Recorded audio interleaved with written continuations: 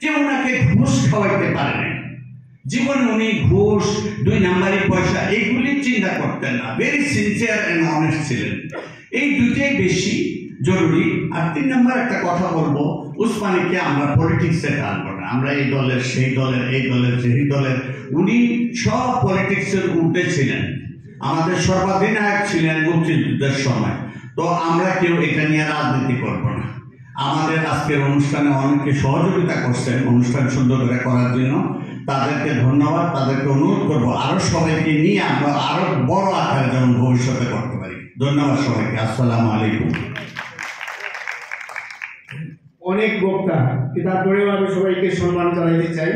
সবাই আসবেন, 1 মিনিট করে বক্তব্য দিবেন। মনিরুল ইসলাম মনির ভাই, বিকাইলেন মনিরুল ইসলাম মনির ভাই একটু আসেন।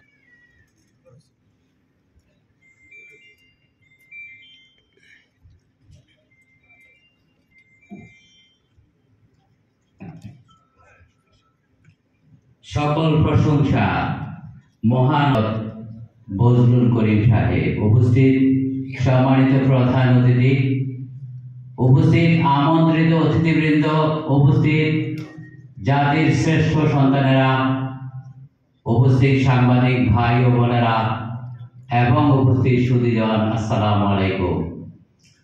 সম্মানিত উপস্থিতি, পুরো বাংলাদেশের মানুষ নোয়াখালীতে ভয়াবহ বন্যায় ক্ষতিগ্রস্ত মানুষের পাশে দাঁড়িয়েছেন, যার যা কিছু আছে তা নিয়ে ঝাঁপিয়ে পড়েছেন, নজিরবিহীন দৃষ্টান্ত সৃষ্টি করেছেন। আমি নোয়াখালীবাসীর পক্ষ থেকে পুরো বাংলাদেশের মানুষের প্রতি কৃতজ্ঞতা জ্ঞাপন করিতেছি।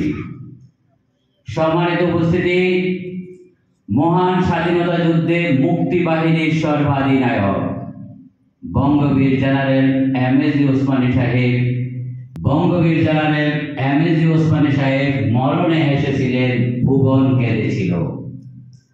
সম্মানিত উপস্থিতি, আমাদের দেশে এমন অনেক মানুষ আছেন যারা সফলতার শীর্ষে পৌঁছানোর জন্য গেট পাস ছাড়াই সর্বোচ্চ চেষ্টা করে থাকে। আমি গ্যারান্টি দিয়ে বলতে পারবো, গেট পাস ছাড়া সফলতার শীর্ষে পৌঁছানো তো অনেক দূরের কথা, সফলতার কাছেও পৌঁছাতে পারবেন না। দুনিয়াতেও শান্তি পাবেন না, আখিরাতেও শান্তি পাবেন না। মহামূল্যবান গেট পাসের নাম যে কোনো পরিস্থিতিতে নিজের কাছে নিজে সৎ থাকা। আমাদের মাথায় রাখতে হবে 99.99% সৎ থাকা, মাত্র 0.01% অসৎ থাকা মানুষগুলো খুবই বিপদের কাছে নিজে 100% সৎ ছিলেন। দিন শেষে সৎ মানুষের সুনিশ্চিত বিজয়।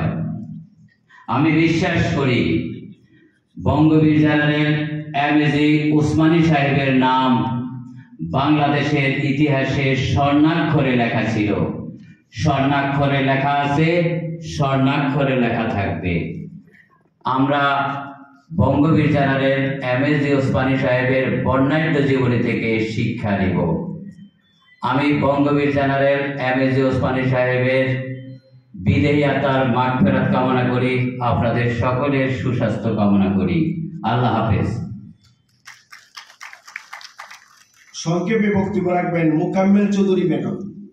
আমরা প্রোগ্রাম করেছিলাম, যেহেতু অনিবার্য কারণবশত এই হলে প্রোগ্রামটা হয়েছিল না, তখন স্যার প্রধানমন্ত্রী ছিলেন। আমি ধন্যবাদ জানাচ্ছি ওনার সহধর্মিনীকে, যিনি কবি মমতাজ করিম, উনি এসেছেন, ধন্যবাদ জানাচ্ছি আমাদের উসমানী স্মৃতি পরিষদের পক্ষ থেকে।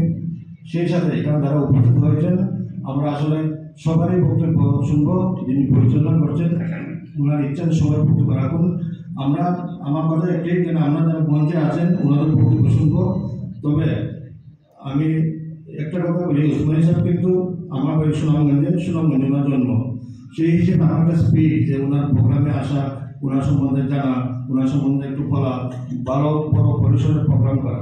তাই আমি অনুরোধ করবো, আমরা যারা এখানে আছি, ইয়াং আমাদের ক্যাপ্টেন মিজান ভাই, রাফি ভাই, সুহেল ভাই সহ আরও যারা এসেছেন, এখানে আমাদের কিশোরগঞ্জেরও দেখছি বিপ্লবা সহ আমাদের সাংবাদিক পক্ষী ইয়াং অনেক এসেছেন। আমরা চাইলে আগামীতে আমরা সবাই মিলে একটা যাতে আগামী হলটা পড়তে পারি এই প্রত্যাশা রেখে আজকের প্রোগ্রামের এবং যারা সাংস্কৃতিক প্রোগ্রাম করতে এসেছেন আমি অনুরোধ করবো আপনাকে সামনে বসেন, কারণ এখানে আমাদের অডিয়েন্স